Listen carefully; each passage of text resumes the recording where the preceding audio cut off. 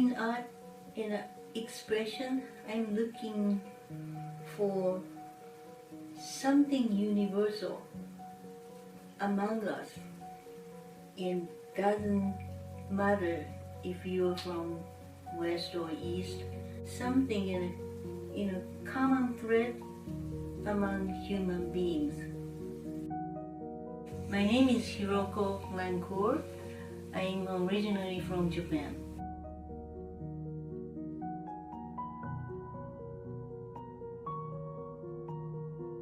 I came to the US 1976 with my husband, and I've been living in the United States longer than in Japan.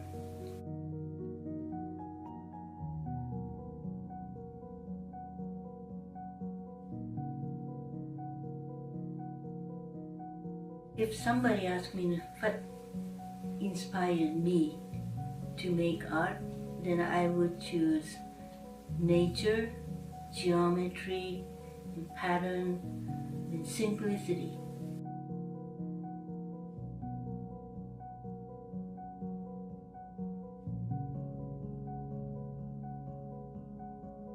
I had no intention to become an artist.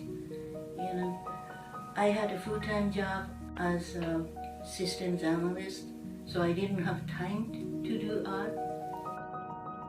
But I had the opportunity to take some courses, so I chose art because always I'm thinking about work, and then I couldn't relax, then a lot of stress.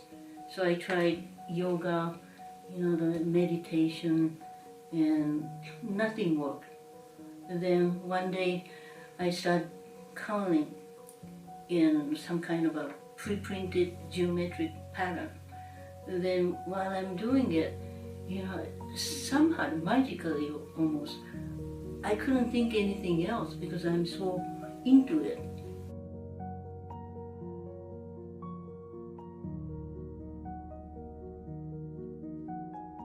And that is a very, stress buster.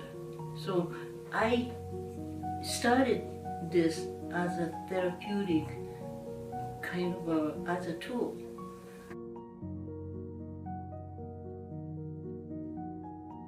When I come up with a design, and usually it happens outside of the studio. The most productive time for me lately is walking in the woods. By moving and the body's in motion, then something starts clicking. I call it the fermentation.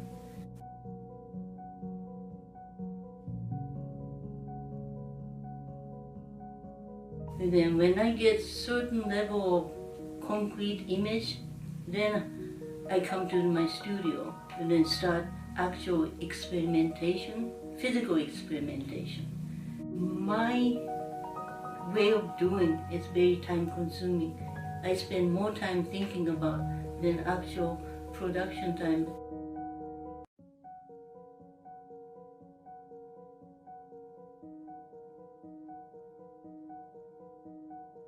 It's always dilemma. Which side am I in? When I live in US and I'm kind of Americanized, then I behave certain way. I'm more assertive because I've been here for a long time. But when I go back to Japan, I don't act like I'm like American. I tend, intentionally act like Japanese, and I preserve my reserved demeanor.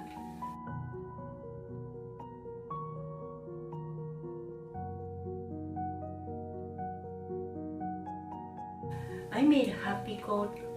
That is a Japanese style jacket. It looks like a kimono, but it's a half jacket.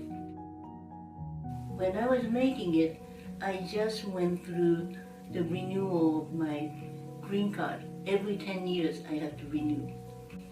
So the timing wise, and every 10 years I kind of question myself whether I want to be a US citizen or I stay the Japanese.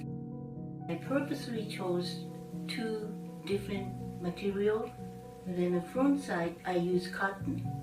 Then I painted stars and stripes.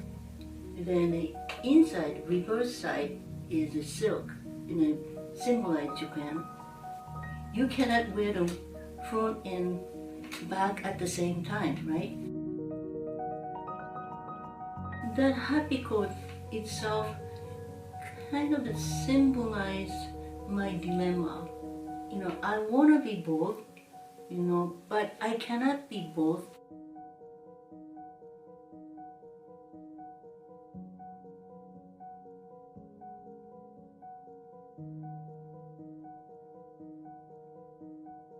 I think the minimalist work or conceptual work required audience to, the forced audience to come up with your interpretation.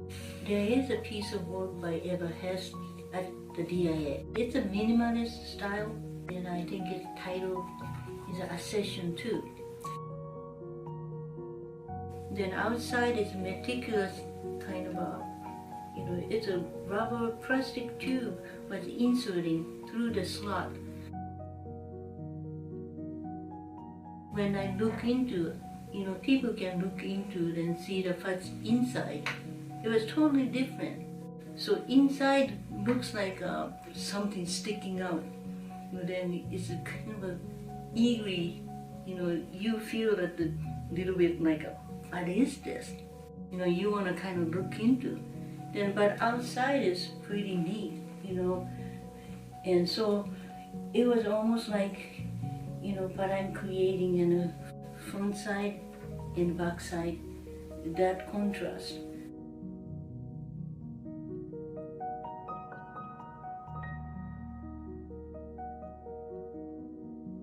Sometimes the other side, the back side is more interesting, even though it looks chaotic, and compared to the front side.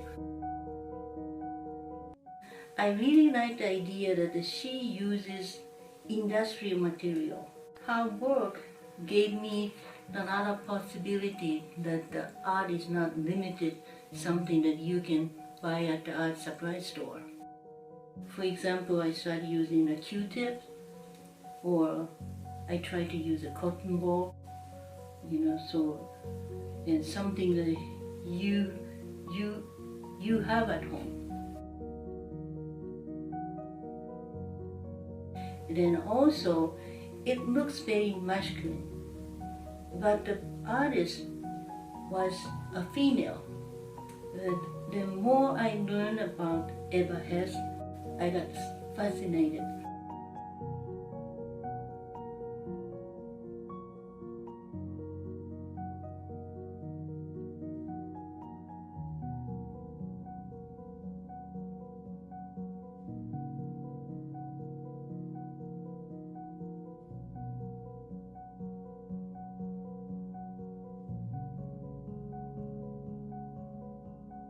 Traditional sashiko is a cloth and the fabric, and then thread, then needle. Just like a regular sewing, but gradually it created more decorative in aspect. It then becomes not only just a utilitarian method, but it's becoming a part of art. Then I decided to use a simple method. Instead of using a thread and needle in cloth, I decided to use Western watercolor paper. I put together design paper. Then I put that on watercolor paper. Then I, tape it. Then precisely, then I start poking holes. The hardest part is accuracy. And in a larger piece, there may be almost 10,000 holes I have to poke. So if the hole is even 1 millimeter off and it will show, then I'm done. I cannot use that prepared, paper. Then instead of thread, I decided to use calligraphy paper. Then using the calligraphy, then make my own stick, short stick.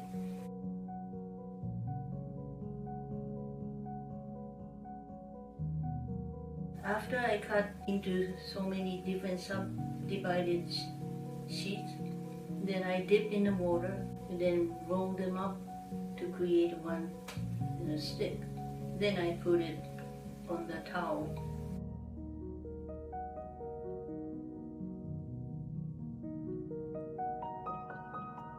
And then instead of thread to go through, I use awl to poke hole.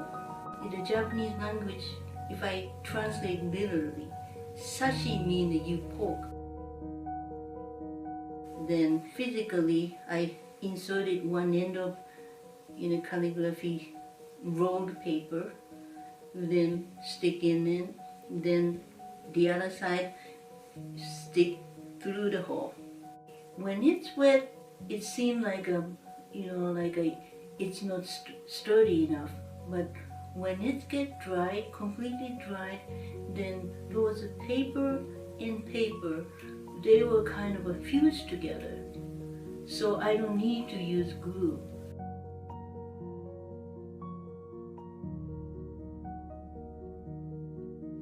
When I finish my piece, then when I think it is a good piece, that is something that I want to keep looking at.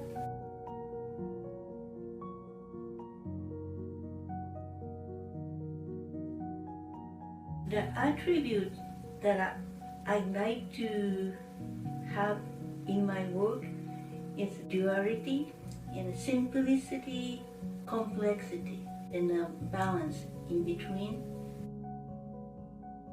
Deep inside, I think a human being has a lot of commonality. You're from Western culture, I'm from Eastern culture, but we have something transcend those differences.